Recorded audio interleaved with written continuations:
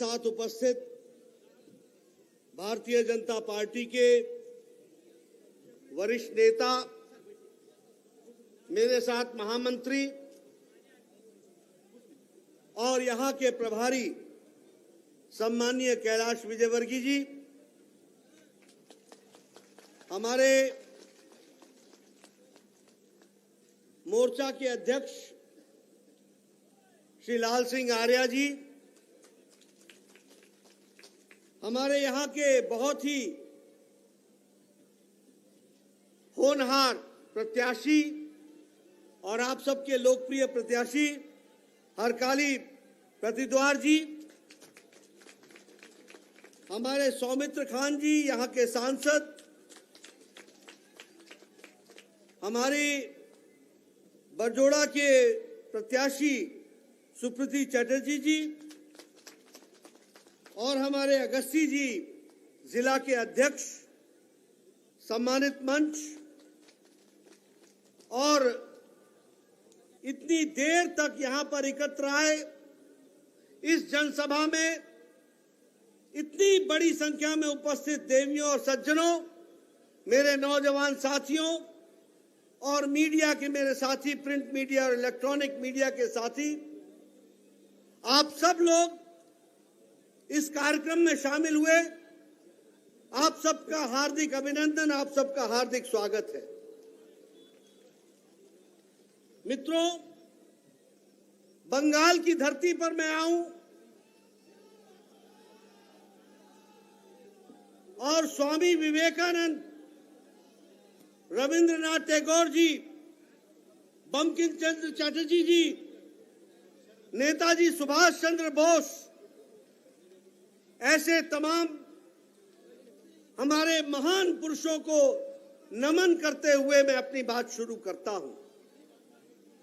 मित्रों, जहां तक सवाल है भारत के विकास का और बंगाल के विकास का, है कि मोदी जी के नेतृत्व में बहुत तीव्र गति से सारा देश आगे बढ़ा, फिर चाहे वो स्वच्छता अभियान हो,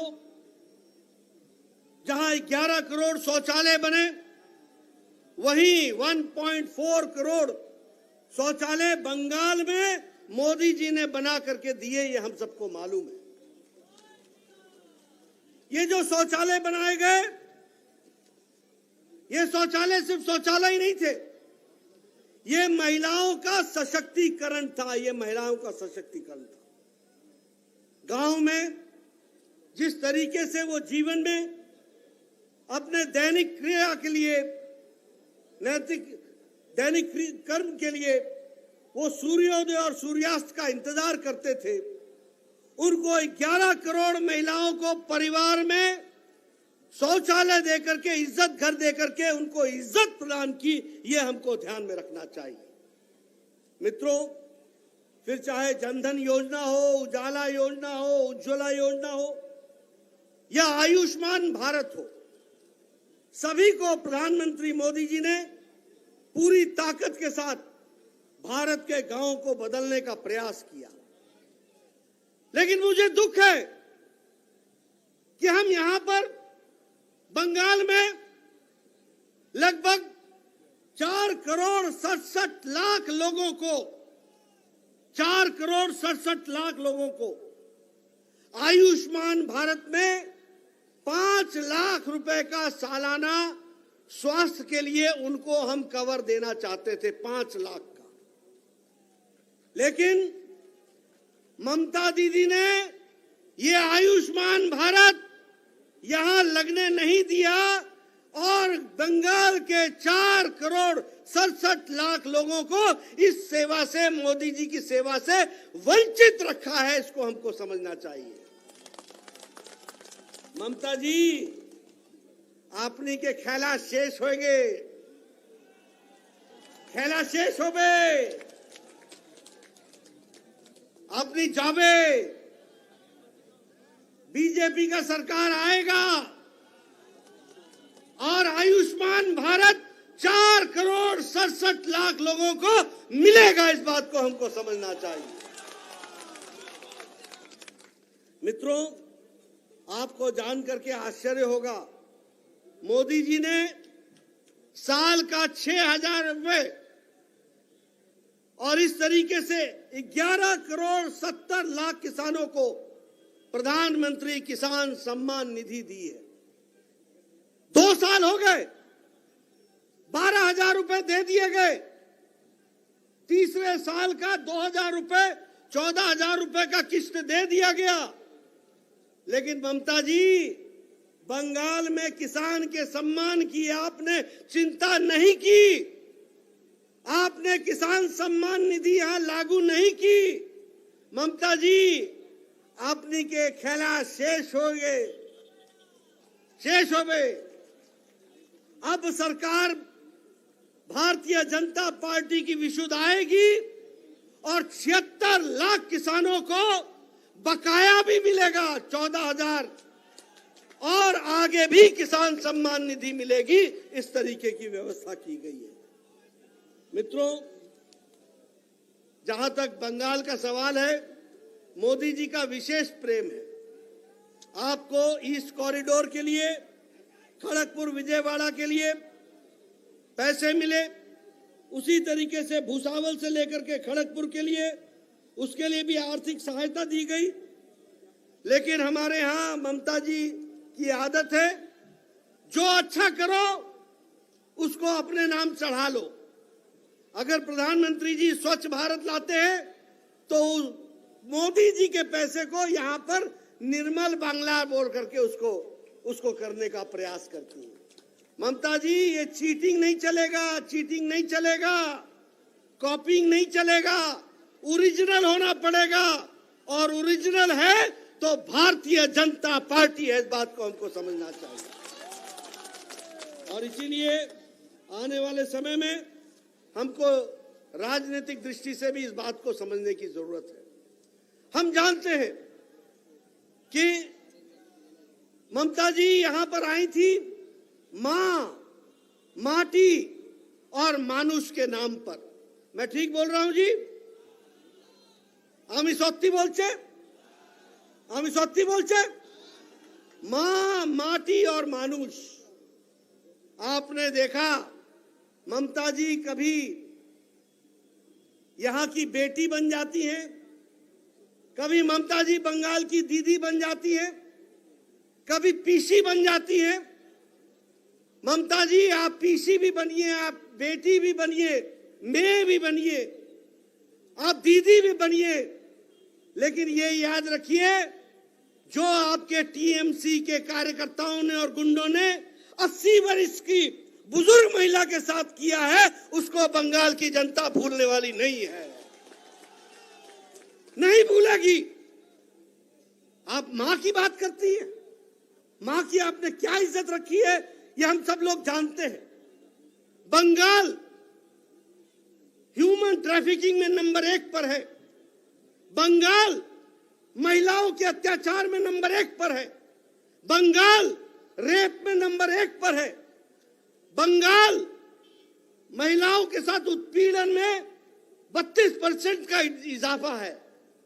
आप महिलाओं की बात करती हैं, महिलाओं की क्या हालत आपने बना करके रखी है। ममता जी, आपका जाना तय है और यहां पर महिलाओं का संरक्षण भी होगा, सुरक्षा भी मिलेगी और इज्जत के साथ आगे बढ़ेंगी। इसको हमको समझना चाहिए। ममता जी ने मां, मानुष का तो कोई ठिकाना ही नहीं रखा। छुट्टी, भारतीय जनता पार्टी के 130 लोग मारे गए, जान चली गई। क्या ख्याल रखा? आप कहती हैं कि हम माताओं की चिंता करते हैं। 130 हमारे जो भारतीय जनता पार्टी के कार्यकर्ता शहीद हुए, क्या उनकी मां नहीं थी? क्या उनकी पत्नी नहीं थी? क्या उनके बच्चे नहीं थे? कभी आपने चिंता की? बंगाल की जनता एक एक का हिसाब लेने वाली है, ये हमको समझना चाहिए। और यहां पर शुरू क्या किया? तानाशाही। बताइए, तानाशाही रही कि नहीं? 5 साल आम आदमी को डरा धमका के रखा कि नहीं रखा? आप बोलिए टोलाबाजी हुई कि नहीं? टोलाबाजी हुई कि नहीं? तुष्टीकरण हुआ कि नहीं? यहां आजकल मुझे बताया गया कि ममता जी चंडी पाठ कर रही हैं। अच्छी बात है, भगवान को याद करना चाहिए, लेकिन दुख में सुमिरन सब करे, सुख में करे न कोई। अगर दुख में सुख में करते तो बात अलग थी। अब तो ममता जी अब पछतावत हो तो क्या जब चिड़िया चुग गई खेत। अब बात समाप्त है, शेष हो गए। और मैं इसलिए बोल रहा हूं कि 5 साल आपने क्या किया? दुर्गा पूजा का विसर्जन रोका। रोका कि नहीं रोका? रोका कि नहीं रोका? 5 साल आपने सरस्वती पूजा नहीं होने दी। आपने मुहर्रम में कोरोना के समय कर्फ्यू हटा दिया। अच्छी बात है, मुहर्रम में आपने किया, कोई दिक्कत की बात नहीं है। लेकिन जब अयोध्या का शिलान्यास आया तो क्यों कर्फ्यू लगा दिया? ये तुष्टीकरण नहीं चलेगा। और ये तुष्टीकरण के खिलाफ बंगाल की जनता खड़ी हो गई है। सबका साथ, सबका विकास, सबका विश्वास, इस बात को लेकर के चल रही है। मित्रों, जब हम तुष्टीकरण की बातचीत करते हैं तो सबसे बड़ा उदाहरण है ओबीसी का आरक्षण में, सबसे बड़ा उदाहरण। और इस ओबीसी के आरक्षण में माइनॉरिटीज को भी जोड़ा गया और उनकी बड़ी संख्या में लोगों को जोड़ा गया। अपनी वोट के बैंक की तुष्टीकरण की राजनीति में ममता जी ने हमारे हिंदू धर्म के अन्य पिछड़ा वर्ग की जातियां जैसे महिष्य, जैसे तीली आदि का आरक्षण का अधिकार से उनको वंचित रखा। रखा कि नहीं रखा? महिषी और तीली को वंचित रखा कि नहीं रखा? अब हमारी सरकार आएगी, आयोग बैठाएंगे और आयोग बैठा करके मंडल कमीशन में जो जातियां लिखी हैं उनको सम्मान दे करके इन लोगों के लिए भी हम प्रयास करेंगे कि इनको भी मुख्य धारा में जोड़ा जाए। इस तरीके का हम काम करेंगे। मित्रों, हम यहां पर जब चुनाव की दृष्टि से आए हैं, मुझे मालूम है कि आप सब लोग बड़ी देर से इन बातों के लिए यहां पर रुके हुए हैं, लेकिन कुछ बातें आपसे हमको करनी थी। आपको याद होगा कि आज से 13 साल पहले बाटला हाउस का एक इंसिडेंट हुआ था। वहां आतंकवादी घुस गए थे, दिल्ली पुलिस उनसे लड़ाई लड़ रही थी। उस लड़ाई में एक हमारा पुलिस का ऑफिसर शर्मा, उसको गोली लगी थी। उस समय एक टेररिस्ट इंडियन मुजाहिदीन का अरीज खान, ये अरीज खान वहां पर गिरफ्तार हुआ था। तो ममता जी ने कहा था ये एनकाउंटर फेक है, फेक, और अगर ये सच्चा होगा तो मैं राजनीति छोड़ दूंगी। अभी अभी कोर्ट ने आदेश दिया है कि इसको फांसी होनी चाहिए, अरीज खान को फांसी होनी चाहिए और ऐसे लोगों को रहने का अधिकार नहीं है। मैं पूछता हूं ममता जी, अब आप राजनीति से कब संन्यास लेंगी? लेकिन मैं ये कहना चाहता हूं, आप ले न ले, बंगाल की जनता आपको राजनीति से अलग जरूर करेगी, ये मेरा विश्वास है, जिसको मैं आपके सामने कहना चाहता हूं। ये सारी बातें मैं इसलिए कह रहा हूं क्योंकि आपने खुद कहा आज उनको जनता से माफी मांगनी चाहिए कि एक टेररिस्ट जो पकड़ा गया 13 साल पहले, उसको कहा यह फेक इनकाउंटर है और गलत आदमी को अरेस्ट किया गया है, और आज कोर्ट ने कह दिया कि यह टेररिस्ट है और इसको फांसी की सजा होनी चाहिए। इस तरीके से बातचीत हुई है। मित्रों, मैं आपका ज्यादा समय नहीं लूंगा। यहां पर हमारी चुनाव के दृष्टि से जहां एक तरफ हमारे हरकाली प्रतिहार जी खड़े हैं, वहीं हमारी सुप्रीति चटर्जी खड़े हैं। दोनों ही समाज के प्रति समर्पित कार्यकर्ता हैं, नेता हैं, दिन रात एक करके काम करते हैं। इनको आप विजयी बनाएंगे, ये मेरा आपसे निवेदन है। और हमारे तन्मय घोष जी, जरा आगे आइए यहाँ। तन्मय घोष जी ये सामाजिक और राजनीतिक कार्यकर्ता दोनों हैं, समाज का काम भी करते हैं और राजनीति का काम भी करते हैं, और बहुत शांत प्रिय ढंग से लोगों की सेवा में जुटे रहते हैं। ये भारतीय जनता पार्टी के ही प्रत्याशी हैं, जो सौम्य हैं, जो समर्पित हैं, जो जनता के साथ उनकी मिलकर आवाज उठाते हैं और उनकी सेवा में दिन रात एक करते हैं। ऐसे ये हमारे कार्यकर्ता हैं। ये वो नहीं है टोलाबाजी, ये कटमनी वाले नहीं है। कटमनी को जवाब देना है तो इनको जिताना है, टोलाबाजी शेष करना है तो इनको जिताना है, तुष्टीकरण को समाप्त करना है तो इनको जिताना है, अगर भ्रष्टाचार को समाप्त करना है तो इनको जिताना है, अगर भय मुक्त बंगाल बनाना है तो इनको जिताना है। इसके लिए हम आपसे निवेदन करने आए हैं।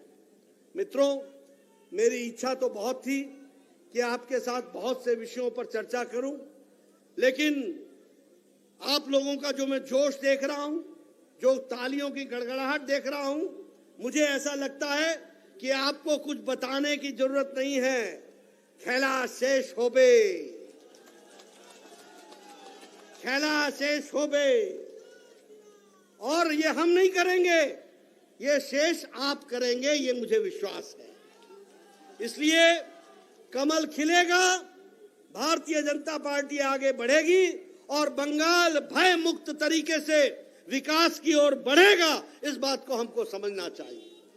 फिर चाहे शिक्षा का सवाल हो, चाहे आर्थिक विषय का सवाल हो, चाहे रोजगार का सवाल हो, चाहे स्वास्थ्य का सवाल हो, ये सारे विषयों को अगर कोई रूप देगा तो भारतीय जनता पार्टी देगी। मैं स्वास्थ्य की दृष्टि से आपसे फिर से बताऊंगा, अगर 4,76,00,000 लोगों को ममता जी ने 5 लाख रुपए का गंभीर बीमारियों से लड़ने का जो मोदी जी ने ताकत दिया था, उससे आपको वंचित रखा है, तो बंगाल के 4 करोड़ से ज्यादा लोगों के साथ कितना बड़ा अन्याय किया है, ये हमको समझना चाहिए। और ऐसे लोगों को और ऐसी पार्टी को घर बिठाना जरूरी है। इनको आराम दीजिए और इनको काम दीजिए, ये मैं आपसे निवेदन करने आया हूं। मुझे पूरा विश्वास है आप इस बात को पूरा करेंगे। आप सब लोग बड़े देर से, मुझे बताया गया कि आप सब लोग 2 बजे के आए हुए हैं, धूप में बैठे हुए थे, लेकिन आप सब लोगों ने धैर्य रखा। आपका बहुत बहुत धन्यवाद। आगे हम सफल होकर के निकलेंगे और फिर मैं आऊंगा चुनाव के बाद आपका आशीर्वाद लेने। बहुत बहुत धन्यवाद। जय भारत, जय बंगाल।